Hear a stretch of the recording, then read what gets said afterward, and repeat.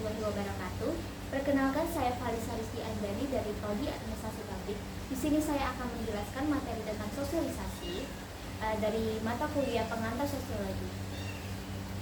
Secara sederhana, sosialisasi adalah sebuah proses seumur hidup yang berkenaan dengan cara mempelajari hidup, norma, tindakan, dan nilai sosial yang terdapat dalam masyarakat agar dapat berkembang menjadi individu atau pribadi yang dapat diterima oleh masyarakat. Sosialisasi adalah proses di mana kita belajar dari kita kecil hingga menuju dewasa. Proses belajar seorang anak untuk menjadi anggota yang berpartisipasi dalam masyarakat yang dipelajari dalam proses sosialisasi adalah peran, nilai, dan norma sosial, menurut Peter L. Beger. Terdapat beberapa faktor yang dapat membuat sosialisasi terjadi. Pertama, apa yang disosialisasikan adalah sebuah informasi yang diberikan kepada masyarakat berupa nilai, norma, dan peran. Dan selanjutnya yang kedua, menjelaskan cara menormalisasikan dengan melibatkan proses pembelajaran. Yang ketiga, siapa saja yang menormalisasikan, pihak yang mensosialisasikan bisa jadi adalah institusi, media massa, dan kelompok. Menurut teori George Habermas mengatakan manusia yang lahir belum mempunyai diri, oleh sebab itu maka proses sosialisasi sangat dibutuhkan oleh seseorang anak. Menurut Matt, dalam perkembangan diri terdapat beberapa tahap. Di antaranya adalah play stage, game stage, dan generalist order. Penjelasan yang pertama yaitu play stage. Play stage adalah seorang anak mulai belajar mengambil peran yang ada di sekitarnya. Misalnya meniru apa yang dilakukan oleh keluarga seperti ayah, ibu, kakak, abang, dan anggota keluarga yang lain.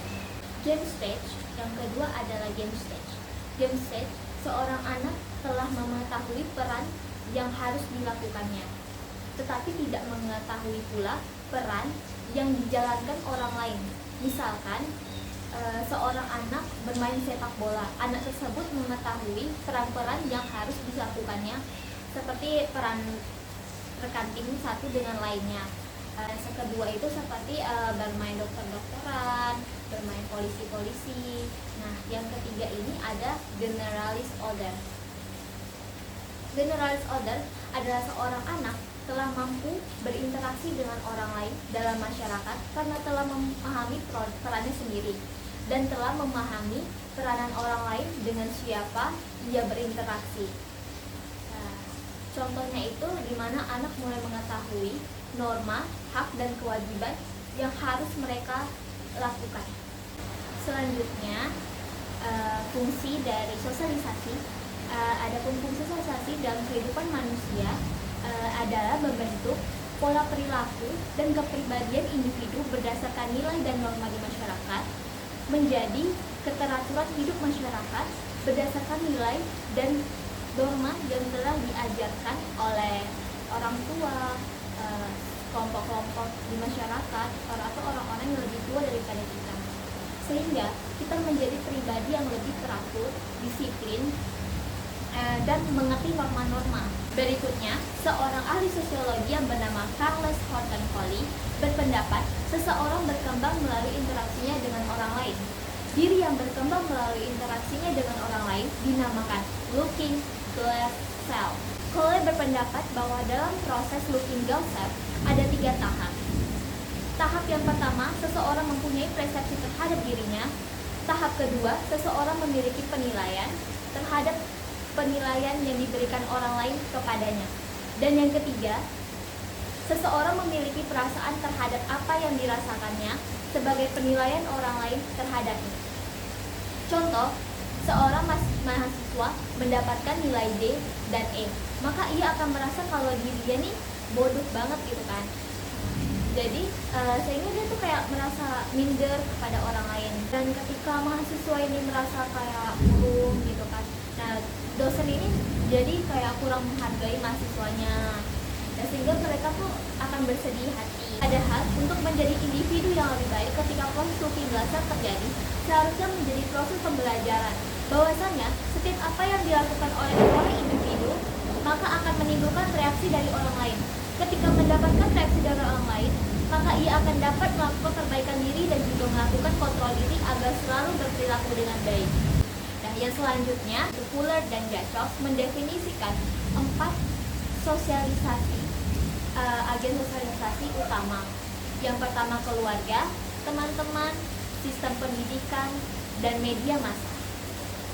Selanjutnya ada Berger dan Luhmann membagi 2 bentuk sosialisasi. Yang pertama sosialisasi primer dan sosialisasi sekunder.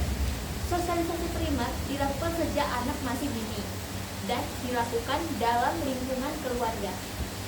Selanjutnya, sosialisasi sekunder dilakukan ketika anak telah berada di luar rumah atau di dalam lingkungan masyarakat.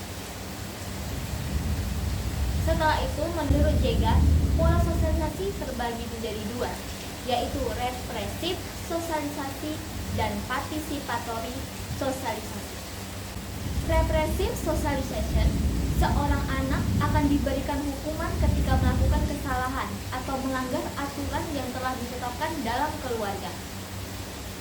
Dan yang kedua, participatory socialization, seorang anak diberikan imbalan bila melakukan sesuatu kebaikan, dan anak juga akan mendapatkan hukuman ketika melakukan kesalahan.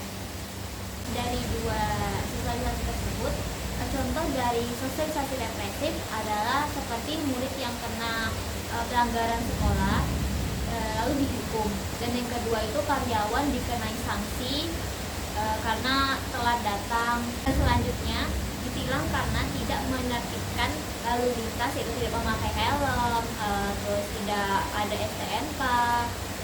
Dan selanjutnya itu di participatory socialization, yaitu dimana seorang anak itu diberi hadiah karena dia mendapatkan nilai yang bagus, atau dia menang juara, dan juga sehingga mendapatkan hadiah dari orang tuanya. Sekian materi dan penjelasan dari saya. Apabila ada kesalahan mohon dimaafkan. Assalamualaikum warahmatullahi wabarakatuh.